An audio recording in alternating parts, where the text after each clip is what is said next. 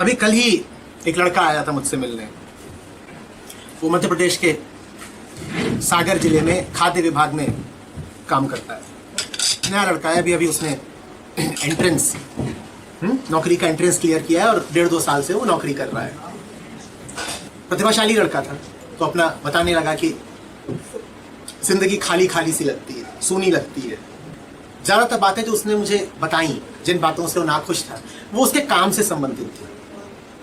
उसने कहा कि वर्क प्लेस इश्यूज हैं, सरकारी नौकरी है, इस तरह का माहौल है, इस तरह का डिसिप्लिन रखना होता है और कई बार इस तरह की निगेटिविटी देखने को मिलती है। तो कई बातें उसने बोली जो कि तकरीबन सभी जगहों पर पाई जाती हैं। ऐसा नहीं कि उसी के दफ्तर में माहौल कुछ खास खराब था, दुनिया भर के जगहों पर यही हालत है, चाहे पब्लिक सेक्टर, प्राइवेट सेक्टर, सरकारी या कोई भी और जगह। यहाँ तक कि फौज में भी यही हालत है। फौजियों से मिलता हूँ, वो भी अपनी कहानी ऐसे ही बताते हैं। तो मैंने उससे जो कहा वो बात सबके लिए उपयोगी है। मैंने उससे कहा कि तुम मुझसे बात कर रहे हो कि 10 से 6 के बीच में तुम्हें क्या अनुभव होते हैं। तुम अभी उसकी बात छोड़ो। तुम्हारे लिए समाधान का पहला चरण यह है कि तुम मुझे बताओ तुम 10 से पहले क्या करते हो और 6 के बाद क्या करते हो। अभी ये बात छोड़ो कि दफ्तर में क्या माहौल है, क्योंकि वहां बड़ी व्यवस्था है, एक बहुत बड़ा तंत्र है। तुम तुरंत और अकेले उसको बदल नहीं पाओगे, और उसको बदलने की बात करते रहोगे तो तुम में गुस्सा और क्षोभ भर जाएगा। 24 घंटे में से तुम 8 ही घंटे तो दफ्तर में गुजार रहे हो ना। 7 दिनों में से 5 या 6 ही दिन तो तुम दफ्तर में गुजार रहे हो ना। तो चलो बाकी समय की बात करते हैं। ले देकर तुम्हारे जीवन का करीब 25% समय ही दफ्तर में बीत रहा है, दिन का 33%, और सारे दिन तुम दफ्तर में बिताते नहीं, तो जीवन का करीब 25%, 1/4। मैंने कहा तुम इस 1/4 को हटाओ, मुझे बाकी 3/4 का ब्यौरा दो।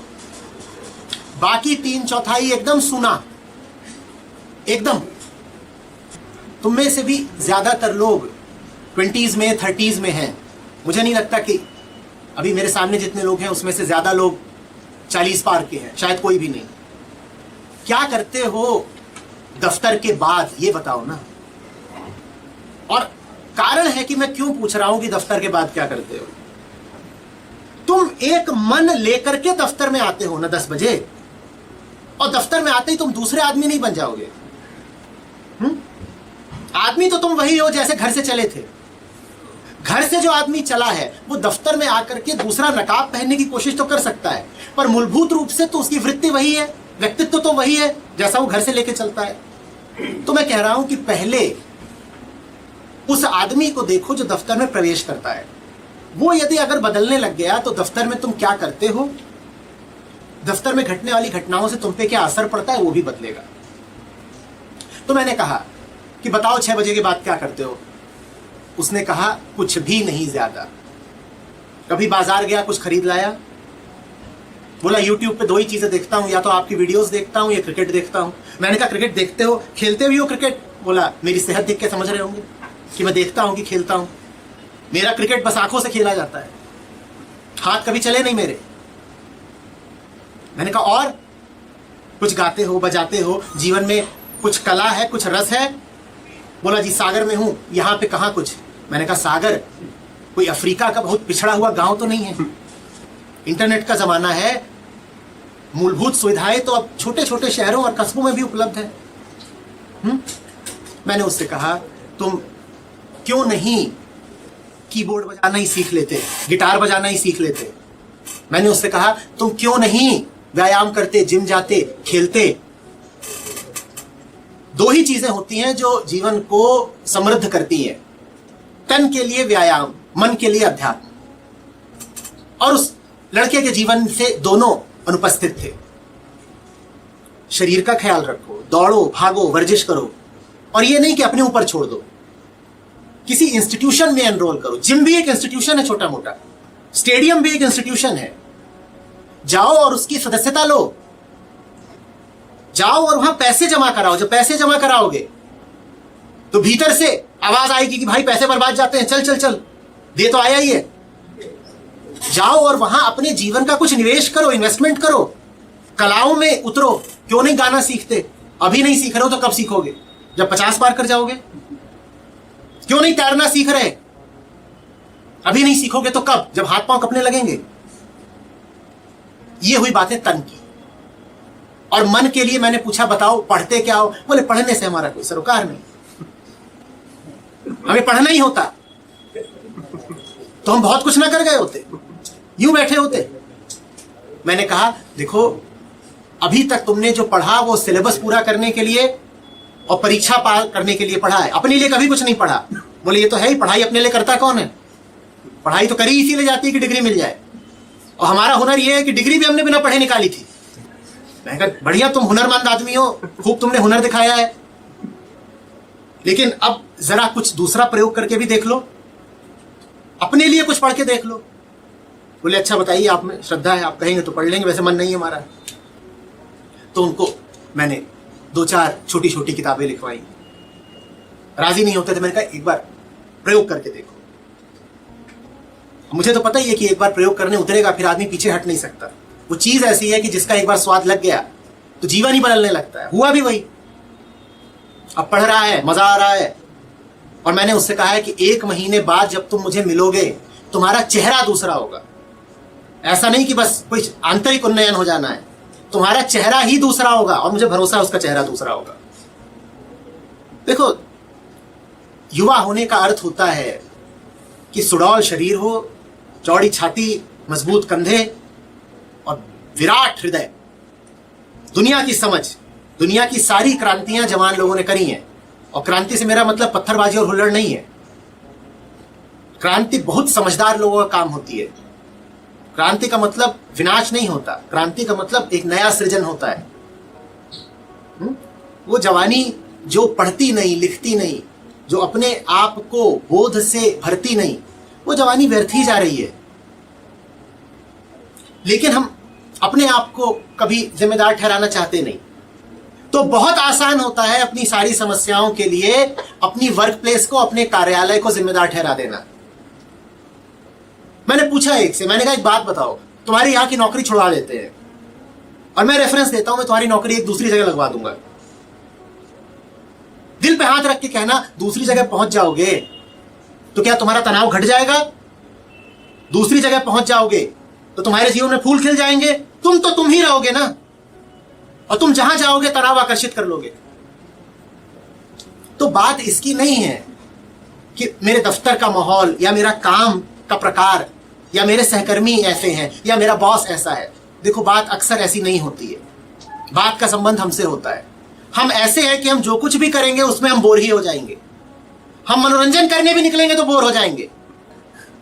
अच्छी से अच्छी पिक्चर लगी हो, सिनेमा हॉल में चले जाना, वहां लोगों को ऊँगता पाओगे, पर ये अपने आप को दोष नहीं देगा, क्योंकि अपने आप को दोष देना किसको बुरा लगता है? अहंकार को बुरा लगता है। इसी को कहते हैं ईगो, अहंता। अहंता हमेशा अपने आप को पूरा मानती है, मैं तो ठीक हूं, बढ़िया हूं, पूर्ण हूं मैं। वो माहौल में दोष खोजती है। अच्छा, मैं ये भी इनकार नहीं कर रहा कि माहौल में कभी कोई दोष होता नहीं, लेकिन मुझे बताओ तुम्हें अपना जीवन जीना है या माहौल का जीवन जीना है? जल्दी बोलो, किसकी जिंदगी जीनी है? अपनी जीनी है ना। जब अपनी जीनी है तो अपनी सुधारो। माहौल का क्या है, कल बदल जाएगा। दफ्तर आते जाते रहते हैं, सहकर्मी आते जाते रहते हैं, तबादले होते रहते हैं, प्रोन्नतियां होती रहती हैं, सब बदलता रहता है, पर जिंदगी तो अपनी जीनी है ना।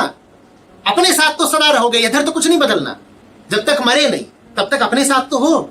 तो जो सुधार करना है सबसे पहले अपने में करो। और ये मैं तुम्हें पक्का आश्वासन दे रहा हूं, 6 बजे के बाद और 10 बजे से पहले अगर तुम एक भरपूर और हरा जीवन जी रहे हो तो तुम पाओगे कि कार्यालय में भी तुम अलग हो, खिले हुए हो, तुम ज्यादा विश्वसनीय हो, तुम्हारे काम में निखार आ गया है, तुम्हारी उत्पादकता, प्रोडक्टिविटी, एफिशिएंसी बेहतर हो गई है, लोग तुम्हें मानने लगे हैं, सम्मान देने लगे हैं, चाहने लगे हैं। ये बातें सैद्धांतिक नहीं है, ये बातें मैं रोज होते हुए देखता हूं। तुम्हारे लिए आवश्यक है कि इन बातों से फायदा उठाओ, जीवन में उतारो। खुले रहिए। देखिए, हम पहले ही मन में निष्कर्ष निकाल लेते हैं कि अगर मैंने ऐसा किया तो परिणाम ऐसा होगा। हम इतने ज्यादा समझदार भी नहीं होते कि हमें हर चीज का परिणाम पहले ही पता हो। आपको हर चीज का परिणाम पहले से ही पता होता है। तो जीवन कहीं और ज्यादा बेहतर नहीं होता। लेकिन फिर भी हम सीख नहीं लेते, हम मान के चलते हैं कि अगर मैंने ऐसा कहा या ऐसा करा तो उत्तर ऐसा आएगा या नतीजा ऐसा निकलेगा। मेरा निवेदन है कि ऐसा मत मानिए, प्रयोग करिए, मन को थोड़ा खुला रखिए, थोड़ा सा खतरा उठाने को, रिस्क उठाने को तैयार रहिए। क्या पता कोई कीमती चीज मिल जाए। बंद मत हो जाइए, बंद हो जाने पर बड़ी घुटन है जीवन में। बंद होने का आशय यही होता है, मैं सब जानता हूं, मैं सब जानता भी हूं और मैं ज्यादातर जगहों से, तरीकों से निराश भी हूं, फिर कुछ मजा नहीं। बनाने वाले ने ये तय करके हमको नहीं बनाया है कि हमें दुख देना है। तो निश्चित रूप से आशा का महत्व है, रोशनी का महत्व है, आनंद संभव है, आजादी संभव है। उस बात को हमेशा ख्याल में रखें कि ये सारी ऊंची चीजें कभी भी कहीं से भी आ सकती हैं। मैं दरवाजे बंद ना करूं, दरवाजे बंद कर दिया तो आती हुई चीज रुक जाएगी भाई। मैं आपको आईआईटी के दिनों से एक उदाहरण देता हूं। आईआईटी में स्पोर्ट्स का और को करिकुलर एक्टिविटीज का माहौल भी बड़ा समृद्ध है, रिच कल्चर है। और मैंने ये देखा वहां सीजीपीए सिस्टम चलता है, परसेंटेज नहीं कि 10 में से आपका क्या सीजीपीए है। औसत सीजीपीए 7, 7.5 करीब रहता है। हाँ, ग्रेड चलते हैं उससे सीजीपीए। मैंने ये देखा कि जिन लोगों के सीजीपीए 5 और 6 हैं, जो पढ़ाई में ध्यान नहीं देते, जिनका मन ही नहीं लगता, जो अपने आप को अप्लाई नहीं करते, श्रम नहीं करते, वो स्पोर्ट्स में भी कहीं नजर नहीं आते, वो को करिकुलर में भी कभी नजर नहीं आते। और आप जाकर ये देखो वहां रंगमंच में अभिनय कौन कर रहा है, और हॉकी कौन खेल रहा है, बास्केटबॉल, क्रिकेट कौन खेल रहा है, तो आपको पता चलेगा उसमें ज्यादातर वो लोग हैं जिनका सीजीपीए 8 से ऊपर का है। जो बेहतर है वो हर आयाम में, हर दिशा में बेहतर है, और जो आलसी है और काहिल है वो हर दिशा में काहिल है। जो अब सब आईआईटीएन नहीं है, सभी ने एक ही परीक्षा क्लियर करी है, लेकिन कुछ है जो खिले हुए और वो हर दिशा में खिले, और उनके पास हर चीज के लिए समय निकल आता है। वहां पर जो फेस्टिवल वगैरह आयोजित हो रहे हैं, रॉन्डेवू, ट्रिस्ट इत्यादि, तो वो उसके प्रबंधन में भी शामिल हैं।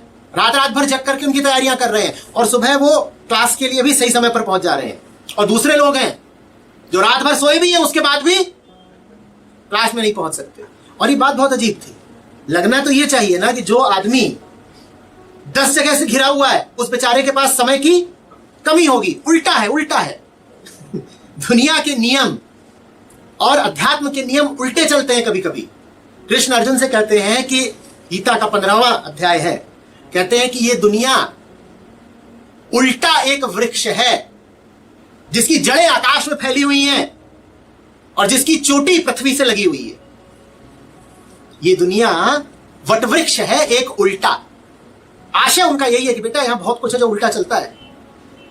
संसार के नियमों को अध्यात्म पे मत आरोपित कर देना, फंसोगे, धोखा खाओगे।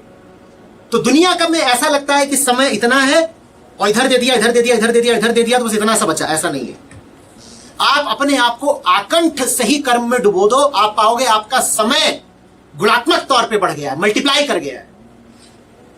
कहोगे ऐसा कैसे होगा, 24 ही तो घंटे होते हैं, 72 घंटे हो जाएंगे क्या? हाँ, हो जाएंगे, क्योंकि बाहर की घड़ी और भीतर की घड़ी अलग अलग होती है। बाहर की घड़ी को अध्यात्म में कहते हैं क्रोनोलॉजिकल क्लॉक, भीतर की घड़ी को कहते हैं साइकोलॉजिकल क्लॉक। ये दोनों अलग अलग चलती हैं। तुम भली बात ही जानते हो कि भीतर का समय बाहर की घड़ी के साथ साथ नहीं चलता। देखा है ना, दुख की घड़ियां कितनी लंबी हो जाती हैं और सुख के पल कितनी जल्दी बीत जाते हैं। भीतर की घड़ी के नियम अलग हैं।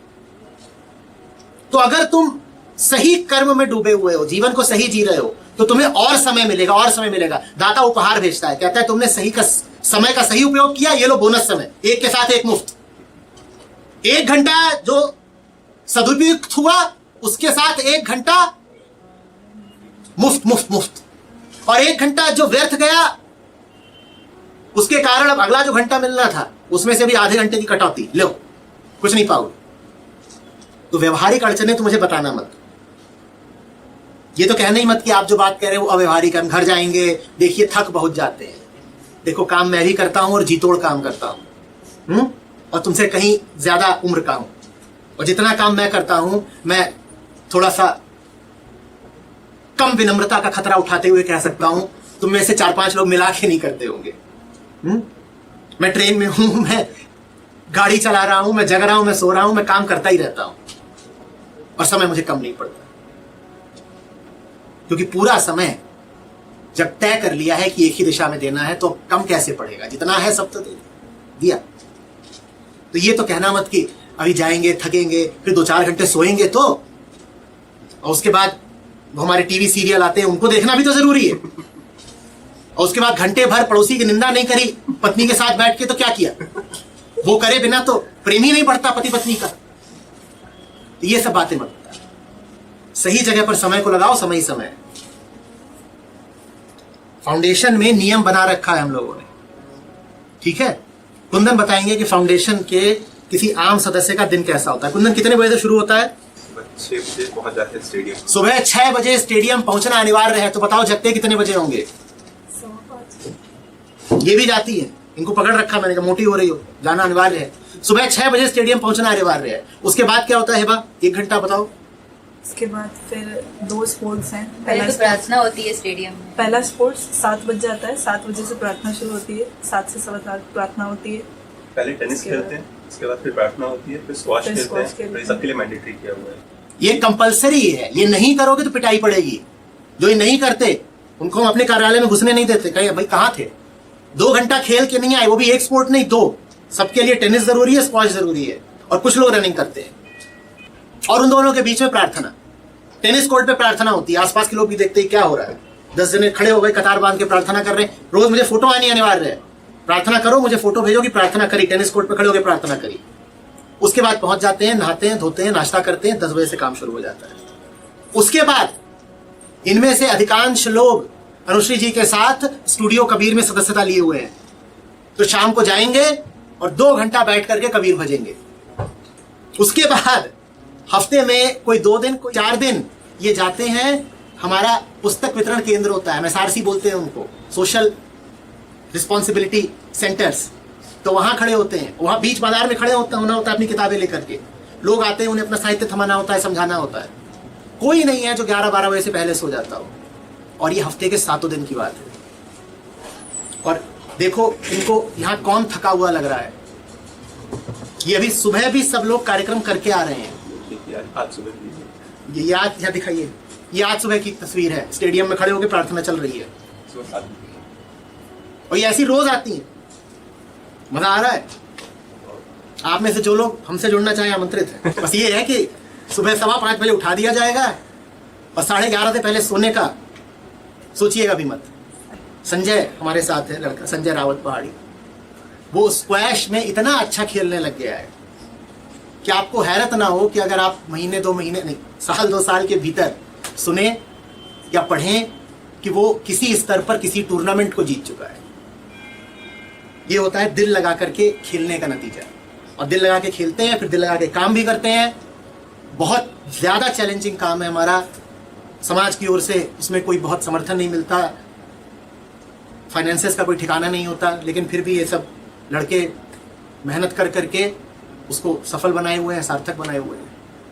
पूरा जीवन फिर उसमें लगाइए एक साथ। 6 बजे के बाद का जीवन अगर बोरियत से भरा हुआ है तो आप दफ्तर में भी बोर रहोगे। और टीवी देखना बिल्कुल छोड़ो, टीवी देखना बिल्कुल बंद कर दीजिए। जिंदगी में बहुत बहुत बहुत कुछ है टीवी से कहीं कहीं बेहतर, और टीवी बिल्कुल सबसे निम्नतम श्रेणी की घटिया चीज, एकदम हट जाइए उससे। और पूरी तरह नहीं हट सकते टीवी से तो कम से कम चैनलों को लेकर चुनिंदा हो जाइए कि कौन सा चैनल देखना है और कौन सा बिल्कुल नहीं देखना है। बढ़िया ऐप्स को फोन पर डाउनलोड कर लीजिए। बड़ी छोटी छोटी बातें हैं पर यही जीवन निर्धारित कर देती है।